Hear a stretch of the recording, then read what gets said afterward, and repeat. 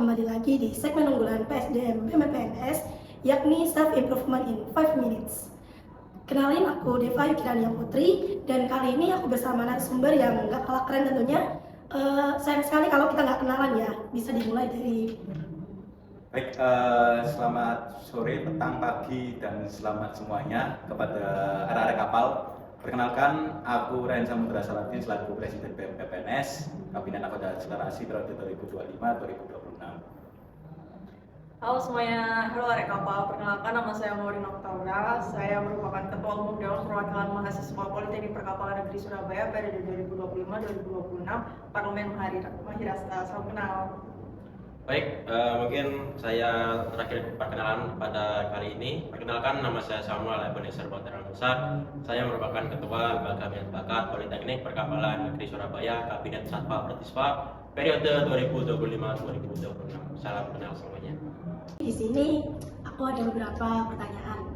Yang pertama, apa aja hal yang masih belum maksimal dan bisa ditingkatkan untuk periode berikutnya? Mungkin bisa dijawab dulu oleh Mas Ryan. Oke, kalau dari aku sendiri teman-teman, kalau melihat kondisi dia ataupun aktual sekarang, memang banyak sekali PR yang masih belum terjawab. Tapi saya harap, karena di sini juga saya mengemban dari tugas sebagai Presiden BMPNS, di sini saya berharap untuk apa yang bisa dimaksimalkan setidaknya itu tidak berkurang ataupun gak stagnan terus lah, yaitu bagaimana cara kita menjaga sinergitas dan juga keharmonisan di internal BMPNS. Bisa dilanjutkan oleh Mbak Nomen? Ya, menambahi dari Pres ya, mungkin yang bisa saya sampaikan apa sih yang perlu ditingkatkan di periode selanjutnya, yaitu mungkin dari rasa egoisme antar ormawa ya, karena kembali lagi kita pasti menginginkan ormawa kita menjadi yang terbaik, tapi terkadang kita melupakan bahwasanya di sini tujuan kita itu untuk membuat organisasi PPNS menjadi lebih baik lagi, yang dimana kita membutuhkan kerjasama dan kolaborasi yang baik agar kita bisa mencapai hal tersebut seperti itu. Dilanjutkan oleh Samuel. Dari saya sendiri itu masih belum memaksimalkan sinergi antara elemen diri dengan UKM. Mungkin pesan saya atau dari apa yang bisa saya sarankan untuk kedepannya, apa yang bisa saya sampaikan adalah lebih menggait lagi atau lebih meningkatkan lagi sinergitas, atau kalau bisa itu lebih harmonis dengan internal sendiri, misalnya dengan komunikasi antar kedua belah pihak. Wah, keren sekali ya. Selanjutnya, hal berharga apa yang didapatkan pada periode ini sehingga dapat dijadikan bahan evaluasi maupun inspirasi untuk periode berikutnya? Mungkin dari Mas Ryan. Oke, untuk hal yang berharga, menyambung hal yang tadi terkait apa yang belum maksimal dan juga perlu ditingkatkan.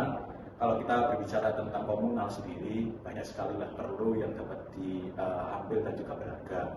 Yaitu salah satunya dari keberagaman yang ada, dan juga karena kita sebuah ormawa dan kita coba lihat ke ormawa saya sendiri dari BEM, kita sudah membuka banyak gerbang, banyak pintu terkait kerjasama ataupun pihak-pihak yang dapat digunakan dan juga dapat dimaksimalkan secara bermanfaatan untuk KM. Kalau menurut Mbak Nomen sendiri, Yang bisa saya rasakan khususnya menjadi seorang ketua adalah bagaimana cara saya pribadi menjadi seorang pemimpin, yang dimana saya memimpin hingga ratusan anggota. Itu merupakan hal yang cukup menjadi sebuah challenge, tantangan untuk diri saya sendiri. Tidak semua itu bisa berjalan dengan sesuai apa yang kita harapkan. Jadi saya harap kedepannya dari teman-teman yang akan lanjut menjadi seorang pemimpin bisa memaksimalkan dan mensukseskan bagaimana ormawa mereka kedepannya. baik, untuk selanjutnya Mas Samuel. Kalau untuk hal penting yang saya dapatkan pada periode ini mungkin nggak besar-besar, tapi yang saya ingin katakan adalah di sini saya merasa bahwa pentingnya komunikasi dan rasa memiliki sebuah organisasi itu sangat berdampak pada berjalannya organisasi itu sendiri. Lalu yang berikutnya, apa sih standar pemimpin atau kualitas pemimpin menurut Mas Ryan, Mbak Maureen maupun Mas Samuel? Baik, dimulai Mas Ryan. Oke, kalau kita bicara tentang standar, sebenarnya standar itu bersifat objektif ataupun ya substansial, tergantung masing-masing bersudut pandang seperti apa. Namun yang dapat diperlukan ataupun setidaknya ada yaitu yang benar-benar penting, yaitu salah satunya bagaimana cara kita mengetahui standing position, terutama sebagai pemimpin. Bagaimana bagaimana kita menanggapi suatu hal, apakah itu diterima, apakah itu ditolak, bekerja dengan baik atau bekerja yang baik itu perlu dipahami sebagai seorang pemimpin. Mbak Ranti sendiri? Ya, kalau menjadi seorang pemimpin ya sebenarnya menjadi seorang pemimpin itu bukan hanya ambisi saja. Menjadi seorang pemimpin itu dari panggilan hati. Jangan pernah beranggapan bahwa saya menjadi ketua, saya selalu di atas. Kita harus untuk turun ke anggota kita. Pastinya dari diri kita tidak bisa memaksakan kita ingin seperti ini, tapi kalau dianggap orang lain kurang baik, ya kita harus menghargai pendapat dari orang lain itu. Lalu kita berusaha untuk mencari jalan tengahnya ini tadi, seperti itu. Baik, untuk Mas Samuel? Standar yang menurut saya penting ini adalah ketenangan. Ketenangan ini bagaimana? Ketenangan bagaimana seorang pemimpin itu menghadapi suatu katakanlah problem.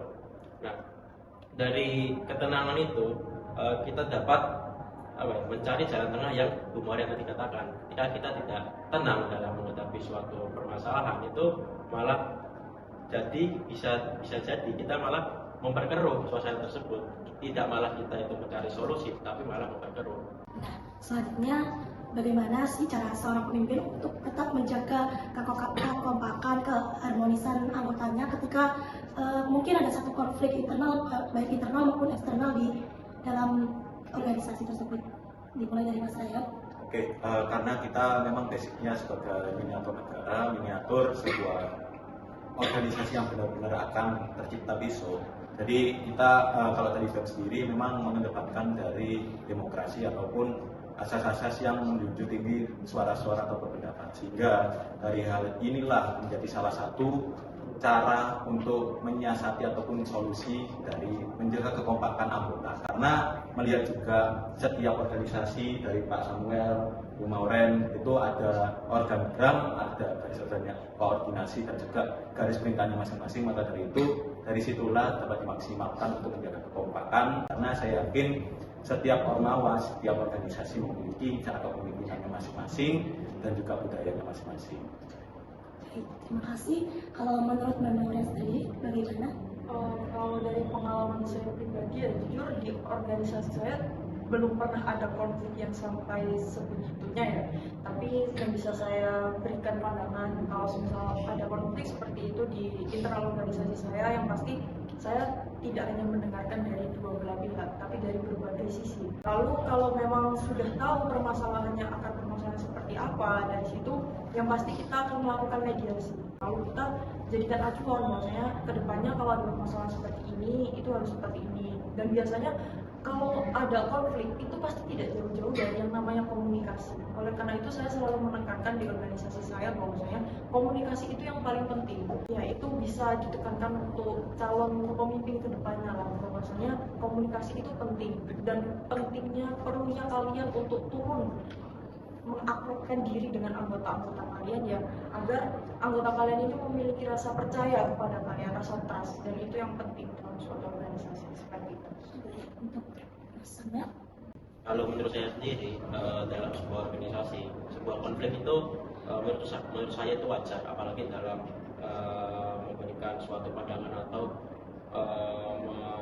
menabrakkan suatu pandangan, yang mana pandangan-pandangan itu terkumpul dari satu dan dua anggota ya.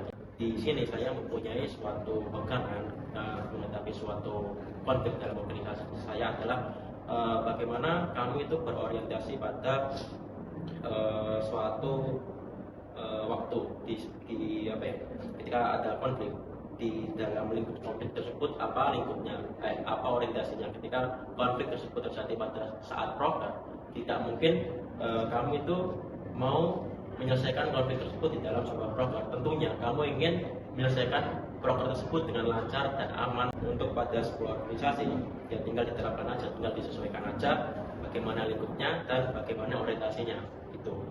Terima kasih. Untuk selanjutnya, menurut Mas Ryan dan baik Mas Samuel, apa sih arti sukses dalam kepemimpinan, dan adakah pesan maupun kesan singkat untuk calon pemimpin KMPPS di periode depan? Dimulai dari Mas Ryan. Oke, kalau bicara terkait sukses Itu kembali lagi ke personal ya, karena saya memang fokus pada target ya. Kata sukses dapat direpresentasikan sebagai tercapaian target yang mana dari langkah-langkah yang akan dilakukan untuk mencapai target tersebut pasti ada beberapa hal, dan beberapa hal tersebut adalah suatu bonus lah, mulai dari keakraban, komunikasi ataupun yang lain. Karena kita di sini dituntut untuk profesional, maka kepemimpinan seperti apa yang dapat dikatakan sukses menurut saya seperti itu. Namun poin yang di-highlight yaitu kita di sini kerja bukan untuk mendapatkan uang, tapi kita di sini kerja untuk mendapatkan dan juga membantu sesama kerja, yaitu kerja sosial. Dan hal tersebut dapat menunjang dari arti kesuksesan kepada kepemimpinan setiap individu masing-masing menurut saya. Baik, terima kasih. Untuk menurut Nona sendiri bagaimana? Kalau arti sukses dalam kepemimpinan di pandangan saya yaitu bagaimana kesuksesan di periode tersebut bisa dilihat dari regenerasi periode selanjutnya.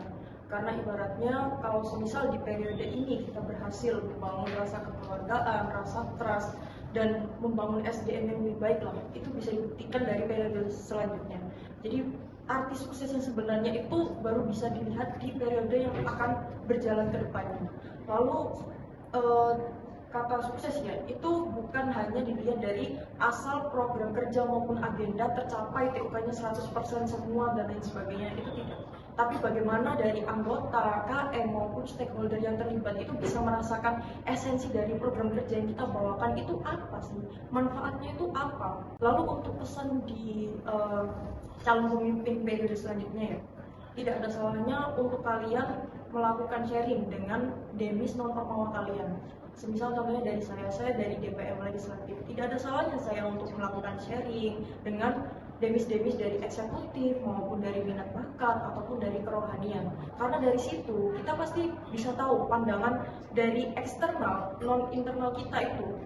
Celah organisasi kita itu di mana sih? Kurangnya organisasi kita di mana? Ya di mana nanti kita akan mendapat pandangan. Lalu juga tolong di periode depan komunikasi antar semua elemen itu lebih ditingkatkan. Di sini tujuan kalian adalah untuk membentuk organisasi PPNS yang lebih baik lagi. Tapi itu tidak bisa dilaksanakan hanya dengan kalian berdiri di ormawa kalian masing-masing. Butuh sinergitas dan kolaborasi yang memang tinggi untuk mencapai hal tersebut. Kalian di sini merupakan agent of change. Harapannya kalian bisa menyuarakan aspirasi dari KM kalian. Kalian merupakan orang yang dipercaya oleh KM kalian, seperti itu. Baik, terima kasih Mbak Mimran. Selanjutnya dilanjutkan oleh Mas Samuel. Oke, arti kata sukses dalam kepemimpinan mungkin kalau saya nggak begitu panjang. Namun yang pertama yang saya ingin katakan adalah kata sukses, apalagi pada sebuah organisasi adalah yang pertama adalah menyelesaikan organisasi tersebut dari awal hingga akhir.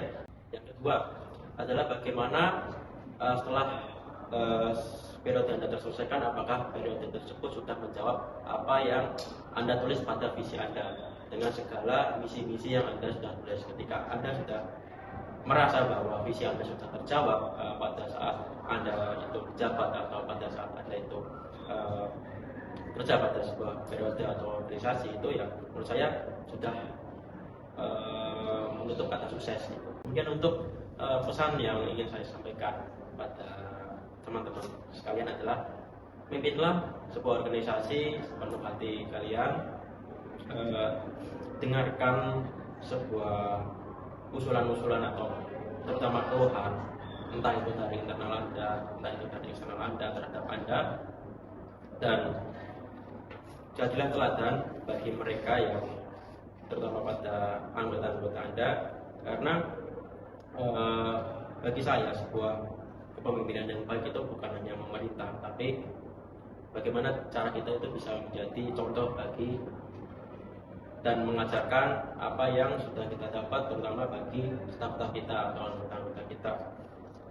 Karena pemimpin yang baik itu bukan memerintah, tapi bekerja karena percaya, gitu. Baik, terima kasih Mas Rayhan, Mbak Mimran, dan Mas Samuel. Nah, dari berbagai pertanyaan dan berbagai jawaban dari Mas Mbak, harapannya bisa membuka pandangan bagi calon pemimpin KM PPNS di periode depan maupun teman-teman karya kapal. Nah, sampai jumpa di segmen Self Improvement in 5 Minutes selanjutnya.